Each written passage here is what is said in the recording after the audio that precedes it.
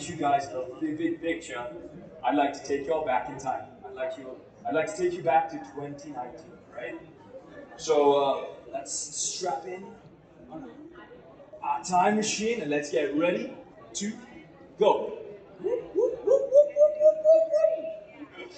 So I kind of went too far back there. My DeLorean needs an oil change. That's me during the Renaissance. So back in 2019, I graduated Arizona State University with a mechanical engineer's degree in my hand and a sprightly stride to want to go out there and change the world. The only thing was I didn't quite know where I would best fit into industry. And that's when Nikon came knocking, and I learned through my interview process that Nikon has more than one face. Before this, just like most of you in the audience, I thought Nikon was just a camera company, the one that made the DSLRs, the one that made point and shoots. But it was during that interview process that I learned that Nikon has what we call photolithography. I joined the ranks within that service department of photolithography, and I became a field service engineer.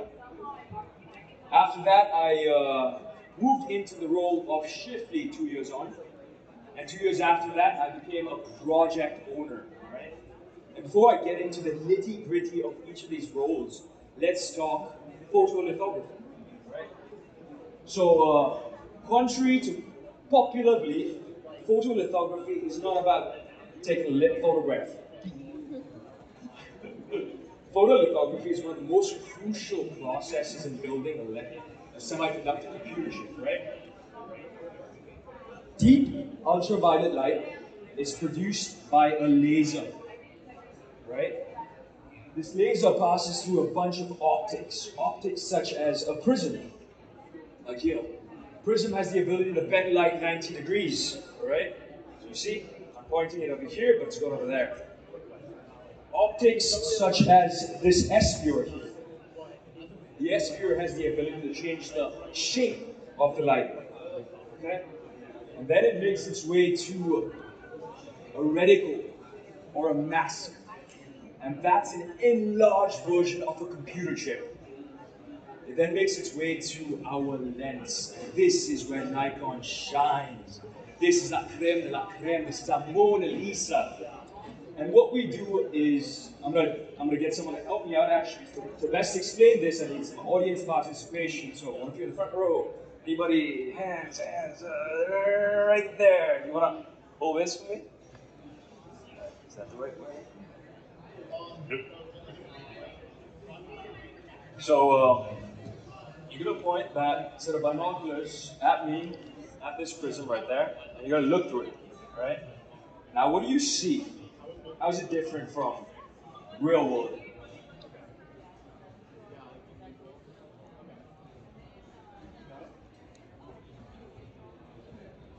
Magnified a little bit bigger. Is it bigger? Yeah. So you see a bigger version, right, of the prism. Good job. All right. Now when you flip it around, what do you see? Flip those magnifying glasses. Smaller. So taking that same concept. By the way, you get to keep those glasses. Those binoculars. So taking that same concept, we have a humongous lens, right, which is a machine the size of a school bus, and we flip it around, and that enlarged version of a computer chip gets shrunk down to the scale of your DNA, to the scale of nanometers, and it gets printed on a semiconductor computer chip, right? And that, in a nutshell, is what we do at Nikon. We create these photolithography scanners, right? And back to the nitty-gritty, what I do at Nikon. Initially, I joined as a field service engineer, and my core role was to ensure that these machines were working at their optimal, right? We are, again, the nanoscale. We want to make sure that all subsystems are in harmony. So in order to do this, we would make sure that our subsets, subunits were not degraded. If they were, for example, this prism right here, it got degraded, I would be in charge of going inside a clean room, strapping on a gown, and actually physically changing out that particular unit, all right? We were also involved in building these sophisticated machines from ground up. It takes anywhere between 6 months to a year to install these machines. And finally, another nifty feature about them is their lifespan can be elongated in the field with the help of modification and upgrades. We were associated with that work, right? So 2 years on, I found myself in the position of shift lead. And this is where I learned how to lead by example. This is where I learned how to manage emotions, manage expectations. I was in charge of assigning roles to different field service engineers on shift, different work. And I had to understand the demands of the work and the attributes of the field service engineers so that I could connect them. And I was also the primary liaison between the customer, which is Intel for us at Arizona, and the field service engineers on shift. And then I find myself 2 years on at home in this position called project owner, all right? And as a project owner, there's two key aspects of my role. The first aspect of my role is technical project management, right? Technical project management is where I chart out the course of any modification work, any preventative maintenance work. I create Gantt charts. I order parts. I get the tooling necessary prepped for our field service engineers to then get our machines back up and running as quickly as possible whilst maintaining quality. Right? The second aspect of my role is change management. And I have 3 projects under my belt that will explain this. The first one is Project Leopard, right? Project Leopard tries to incorporate agile methodologies into our service department. Now, for those of you who don't know, Kanban is the Japanese word for signboard, right? And what it was it was developed by Toyota Motor Company, and it aims to visualize all the different tasks on this Kanban board within an organization, limits the number of in-progress tasks, and allows smooth workflow across an enterprise. So here I answer questions like, how do I take this board and use it for our business? How do I adapt it for our business needs? Another question is, how do I scale across this enterprise that we have?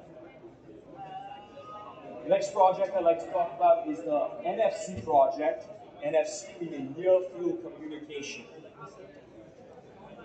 So this project, we try to create a smarter workforce, one that uses technology to connect and engage employees. This is to boost productivity. So we are using near field communication tags in tandem with our smartphones to help assist in machine identification. The reason is our fabs are humongous. We have dozens and dozens of these machines all across the fab, and each of them have 5 to 10 subunits, subsystems, which all look the same. So it's very easy to get one machine wrong from the other. So this is where near-field communication comes in. Over here, I have to ask the question of what technology can we use that also applies to our intellectual property rules. For example, we can't use our smartphones, the cameras in our smartphones in the fab, so QR was out the window, so we decided to use near-field communication. Here we answer the question of what key performance indicators can we use to help determine if this project was a success or not. The last project I work on is Project Hoop, right? Project Hoop is takes a cue from companies like Google, takes a cue from companies like 3M. They've created rules such as the 80-20 or the 15% rule, where they allocate a certain amount of employees' time towards creativity, towards innovation. Results astounding. Gmail, Google Earth, Post-it notes, all came from programs like the 80-20 or the 15% rule. So with Project Hoop, Nikon is taking a step in that direction by bringing entrepreneurship within our company. And here I answer questions like, how do I create this pathway to entrepreneurship? Another question is how do we engage employees? And finally is how do we give them resources to be successful? And that is what I do at Nikon. And finally, I understand that there's career fairs in the future, career fairs tomorrow, I know, and with that, there's going to be interviews. So one of the things I'd like to highlight on is the importance of setting yourself apart. And to best do this, I'll explain it with a story, right? So I graduated Arizona State University, and the next day was my final in-person interview at Nikon. And tensions were high, let me tell you that, because a couple of my friends also went for the same interview, and unfortunately, they struck out. So I knew I had to do something different, so I decided to fall back on an age-old tradition. We do it in India, where we distribute chocolates after a graduation ceremony, from school, from college, whatever it may be. And I go to CVS, I pick up some chocolates, put it in my pockets, and I go for the interview. I'm now at Nikon's offsite office, and there's three interviewers in front of me, all right? And they introduce themselves, and I'm there. They pass on the mic to me, and it's my turn. And I'm speaking up to them. Guys, I'm grateful to be here. I'm super excited to actually say that I graduated Arizona State University yesterday, and with that, I have something for you guys. I would like to spread the joy. I ripped out a chocolate and I passed it over to the first interviewer. And then I looked at the second interviewer, and again, I'm from Arizona, so it was dead of the summer, the chocolates got mushy. So I looked at the second interviewer and I was like, pardon me, gentlemen, I didn't account for the heat. And I looked at the second one and I passed it over. And finally, the third interviewer, I look at him. He's the director of operations. I did not know that. I look at him, and as I'm passing over the chocolate, I butterfingers drop it on the floor. Well, at the end of the day, I didn't master the technical aspects of that interview, but I think setting myself apart allowed me to get that final job offer with Nikon. And I'm not saying be as extravagant as I was. It could be as simple as finding out which organizations are coming here, looking at their website, finding out, okay, this role kind of speaks to me, and I have certain attributes that might align with it, and then speak to the representative, highlighting those attributes, right? And with that, I'd like to say thank you guys. Thank you, Semi, for hosting us. Thank you, the OSU, for having us here. You can connect with me on LinkedIn. Our career opportunities are available here.